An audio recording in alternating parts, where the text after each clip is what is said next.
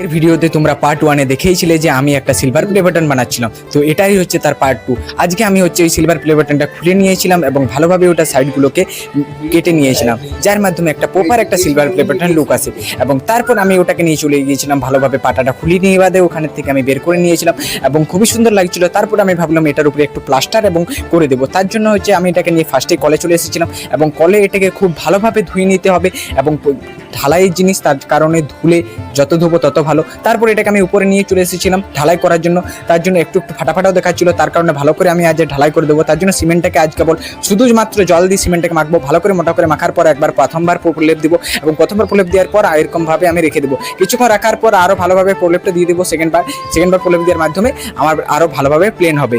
তো এখন হচ্ছে আমার পুরোপুরি প্রলেপ দেওয়া কমপ্লিট এবং আমার কিছুটা হচ্ছে এরকম টাইপের হয়েছে এবং আরও ভালোভাবে 3বার প্রলেপ দিয়ে দিলাম, তার কারণ হচ্ছে আরও প্রপারলি যেতে ভালো হয়। এবং তারপর ঘন্টা 4 মতো এটাকে এখানে শুকিয়ে দিয়ে দেবো। তারপর এটা হলো আমার ফাইনাল লুক। ভিডিওটা ভালো লাগলে লাইক কমেন্ট